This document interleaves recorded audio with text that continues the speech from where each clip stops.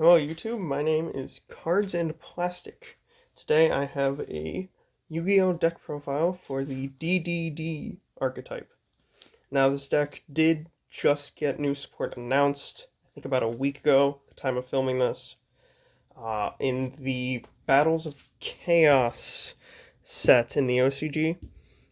When that set comes out in the TCG, I will do an updated deck profile because those cards will change a lot. But for right now, here's the current TCG deck that I have landed on. I've been playing this deck for a couple of weeks, and it is really fun. So let's start with 3 copies of DD Savant Kepler, Pendulum Monster. His Pendulum effect you never use, it doesn't matter. But his normal effect is on normal or special, you can either return a DD or Dark Contract card from your that is on your field to your hand. That doesn't really come up that often. Sometimes it does, but mostly you're going to use the second effect, or the second option, which is to add a Dark Contract from your deck to your hand. Now the Dark Contracts I will get to, and those you do want to be searching off of him as much as possible. And then there's also 3 copies of DD Savant Copernicus. Now this one as well, Pendulum Monster, Pendulum effect, doesn't matter. His effect, when normal or specialed, you get to send a DD or Dark Contract card from your deck to the graveyard. Very good, sets up a lot of plays, a lot of the monsters you do want in your graveyard, because a lot of the extra deck monsters do reborn from the graveyard, and a lot of your monsters do have effects in the graveyard. So you need to max out on this guy.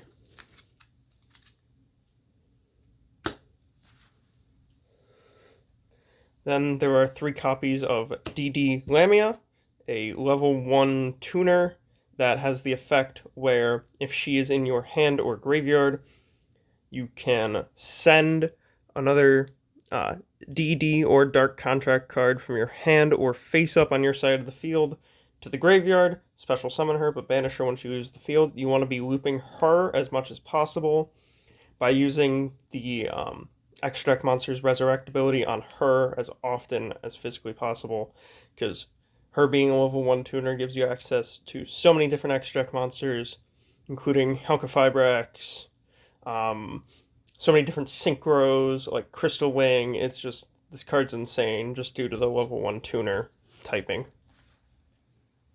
And then we have 3 copies of DD Swirl Slime, as well as 3 copies of DD Necro Slime. Now the reason I put these 2 together is because they're very similar. Swirl Slime, if it's in your hand, lets you fusion summon a DD monster, a DD fusion monster, a DDD fusion monster, using materials from your hand only to fusion summon, including itself. And then if it's in your graveyard, you can banish itself to special summon a DD monster from your hand. And then Necro Slime, if it's in your graveyard, you can banish it and another DD monster to summon a DDD fusion monster from your extra deck.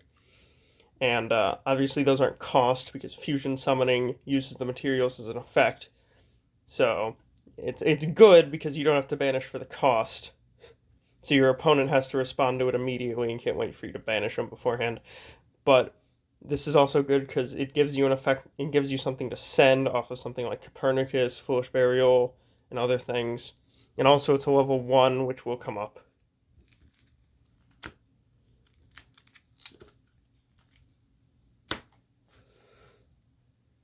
And then we got 3 copies of DDD DDD Oblivion King Abyss Ragnarok. Sorry, I forgot his name. His Pendulum effect, or it's a level 8 monster, which will be important. His Pendulum effect is that if you special summon a DD monster, except during the damage step, you can target a DD monster in your graveyard. For the rest of this turn, your opponent takes no damage. Special summon it, then take 1,000. You can only use that once per turn. That is an amazing effect. You want to be reborning your monsters as much as possible. Gives you so many options. Extends your combos so much. And then his monster effect is if he is special summoned, or if he is normal or special summoned, you're not really going to be normal summoning him all that often because he's level 8. But if he's normal special summoned, target a DDD specifically in your graveyard, special summon it. And then once per turn, you can tribute another DD monster, target a monster you controls and banish it, or your opponent controls and banish it. That does come up sometimes if, say, you build a board going first, your opponent tries to set up going second, then you need to OTK, or even going second, it helps you clear boards.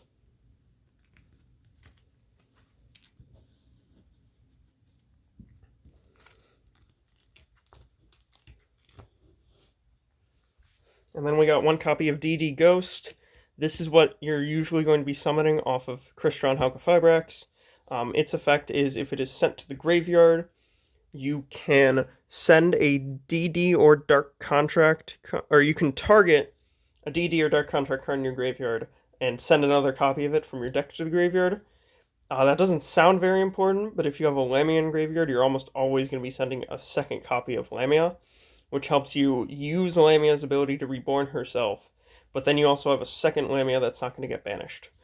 And also, if DD Ghost is banished, you can target one of your banished DD monsters or Dark Contract cards, and return it to your graveyard, except itself, which also helps extend combos by recycling things you may have banished with, say, Necro Slime or the fusion spell, which I will get to. And then we have one Savant Thomas. His effects, not really his monster effect, not all that important. What is important is that he is a level 8, and that his pendulum effect is you can target, or you can add a face-up DD pendulum monster from your extra deck to your hand once per turn, which helps you recycle things like Kepler and Copernicus. And then there's one copy of DDD Chaos King Armageddon, which monster effect doesn't really matter. Pendulum effect is if he's in your scale, banish 2 DD monsters from your graveyard, summon him, which is helpful for extenders, and if you make the Link monster, you're most likely going to be setting him and Thomas, which will then give you 1, a card back, and then 2 will allow you to special summon him because you're most likely going to have 2 DDs in grave. And then 3 copies of Dark Contract with the Gate. This continuous spell, once per turn, you can add a DD monster from your deck to your hand, and then during your standby phases, you take 1,000. That is not optional. You have to take 1,000, but a lot of the time it doesn't matter, because you're going to be sending this to the graveyard with Lamia, or there's other things you can send to the graveyard with Lamia, but it's mostly going to be a Dark Contract. And then, so this is the one you want to draw.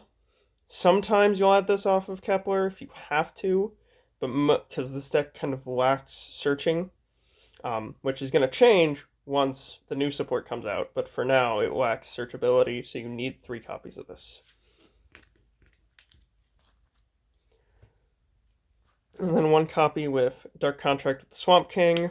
This lets you once per turn fusion summon using monsters from your hand or field as material, but if you fusion summon a DDD monster, you can banish material from your graveyard. This is what you're going to be searching with Kepler pretty much 90% of the time. Unless you don't open with Gate, then you want to search Gate, but otherwise, you want Swamp King. 3 copies of Allure of Darkness, because you don't really care. You run 3 copies of all your monsters are dark. You run 3 copies of the more important ones, so you don't really care about banishing them, and 2 cards is always nice.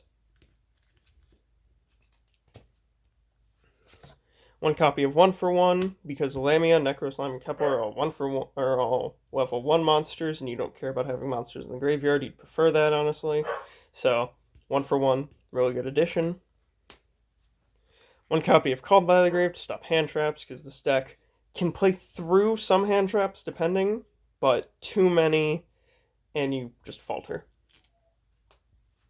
1 copy of Foolish Burial, because you can only play 1, you like having monsters in the graveyard. 1 copy of Monster Reborn, because you're going to send a lot of things to the graveyard, so being able to revive them is good. 1 copy of Upstart for the free card.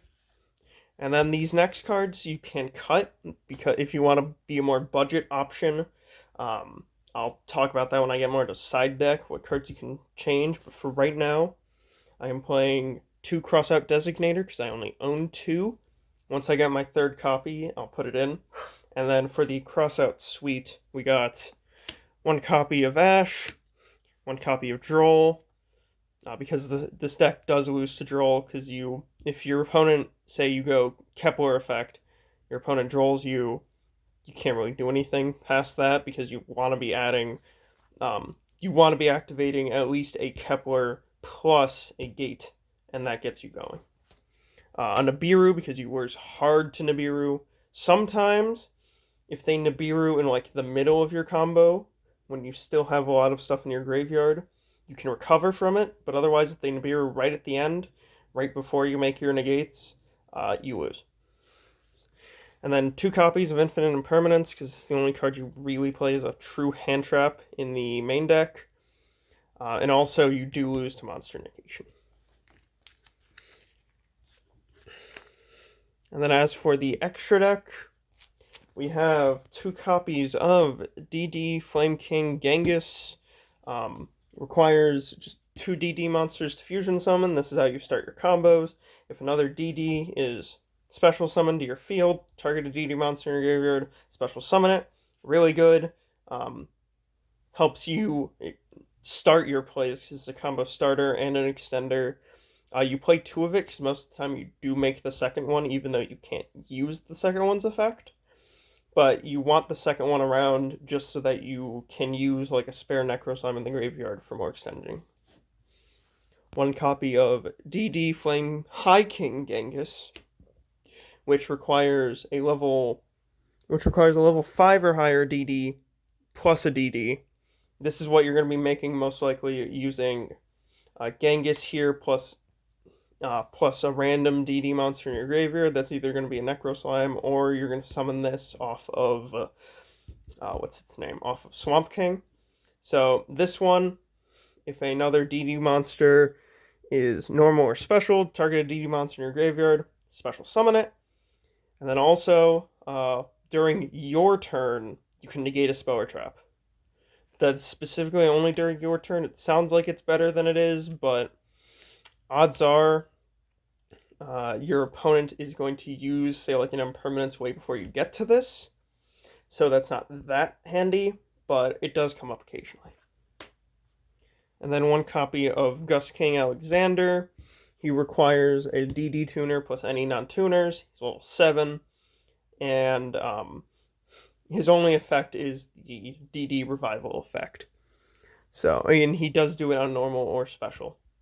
Or if a DD monster is normal or special, target a DD in graveyard, special summon, and that's his only effect. And then you get Cyframe Lord Omega to rip a card out of your opponent's hand. This I don't really go into all that often, but I do have Gammas on the side deck, so if your opponent stops, like say Gate on your turn, you can Gamma them and then go into this. 1 DD Cursed King Siegfried requires a tuner plus any non-tuner DD monsters, level 8. So a lot of the times you're going to be making this with Ghost and a Genghis. And during either player's turn, target a face-up spell or trap, negate it. You can only use that effect once per turn. Lacks the revival ability, but does have negation. A lot of the powerful cards we're seeing right now are spells and traps, so it is good to have negation for that around. Then we have 1 copy of Borrowed Savage Dragon, generic synchro. Target is, if he's synchro summoned, target a link, equip it to him, gains counters equal to the link rating, gains half that link's attack. Omni negate per counters, very good. Crystal Link Synchro Dragon. Now, this requires 1 tuner plus 1 or more non-tuner synchros. And once it allows you to negate monster effects, gains attack when it attacks a monster, when it attacks high-level monsters. And gains attack when it negates and destroys. You're going to be making this most often by using Alexander plus Alexander plus Lamia. After you loop Lamia a bunch, you can then go into this very easily. You always want to be ending on this. Then we have one copy of number 38. It's a spell and trap for free that attaches it to itself. It has like an attack redirecting lightning rod effect. Very good, because you can make level 8s in this deck very easily. So you're going to want to... So you want to play this alternatively, if you plan to make this a version of this deck that wants to go second, you're going to replace this with Orchesting Girsu. Then we got one copy of DDD Duo Dong King Kali Yuga. Requires 2 level 8 DD monsters, and upon Xyz summon, no other cards can be activated for the rest of the turn, and all cards that are currently on the field have their effects completely negated.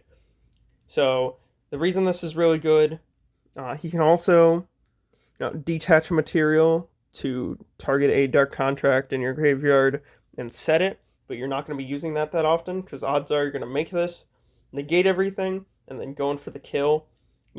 This is also your route to Mystic Mine, because his effect to negate everything does not activate, it just happens. It's a continuous effect that just negates everything, so Mystic Mine does not stop it. One copy of Zeus, because you do play 2 Xyz monsters, so if you do attack them and don't kill upon attacking, go into this. It's an insurance policy. One copy of Cross Sheep, because you play an abundance of extra deck monsters, but most likely fusions. This just helps you extend even further. One copy of Helka Fibrax. You're going to be special summoning Ghost off of this. If you want to, you can also play a Formula Sync run in the extra deck, but I've chosen to cut that after some testing.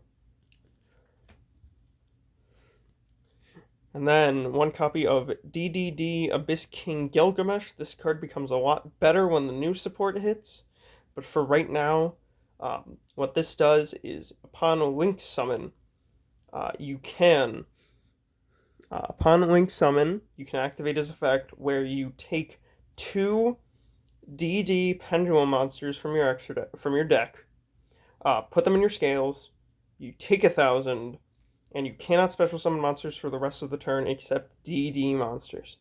This you're normally making at the end of your combo, because it just requires 2 DD monsters as material, and if you feel like extending even further, you can make this set 2 scales, pendulum summon, do a whole bunch of stuff. It's really good. And then finally, for the extra deck, we have one copy of Appaloosa. A lot of the times your end boards are going to be this, a Crystal Wing, and a Siegfried. And this helps you, well, if you don't make Gilgamesh. If you make Gilgamesh, you can go even farther. But otherwise, you're going to end with this on either 3 or 4 negates. Just a very good card. Non-once per turn, is once per chain, but that doesn't really matter. Monster negation, monster effects are very powerful. And then onto the side deck, we have one copy of Droll and Lockbird if you want to play multiples. I don't own 3. If I did, I would put 2 in here. 2 additional copies of Ash. 2 additional copies of Nibiru. 3 Gammas and a Driver. I was main decking these, but have chosen to cut them in terms of Crossout and the Crossout suite. Alternatively, you can get rid of Crossout altogether and play Where Art Thou's as well for your all the level 1 monsters you play. My Where Art Thou's have yet to show up, so that's why I'm playing Crossout. But otherwise, you would put these in, cut the Crossout, cut the hand traps, and put in Where Art Thou's. And then 3 copies of Twin Twisters for back row decks, because this deck does lose to a lot of floodgates, such as there can only be one, summon limit, so you want to get rid of those as much as possible. Harpy's Feather Duster, 1 additional copy of Impermanence if you're going against heavy monster-based deck, and then if you're going second, you can side in the Boral Sword Dragon for easy OTKs. Okay, so once the new support comes, I will be doing an updated deck profile. This deck is very fun, and I look forward to playing it more. I will do possibly tomorrow, don't know when, but I will be uploading test hand videos of this deck to this channel. So if you're looking for, so look forward to that. And yeah,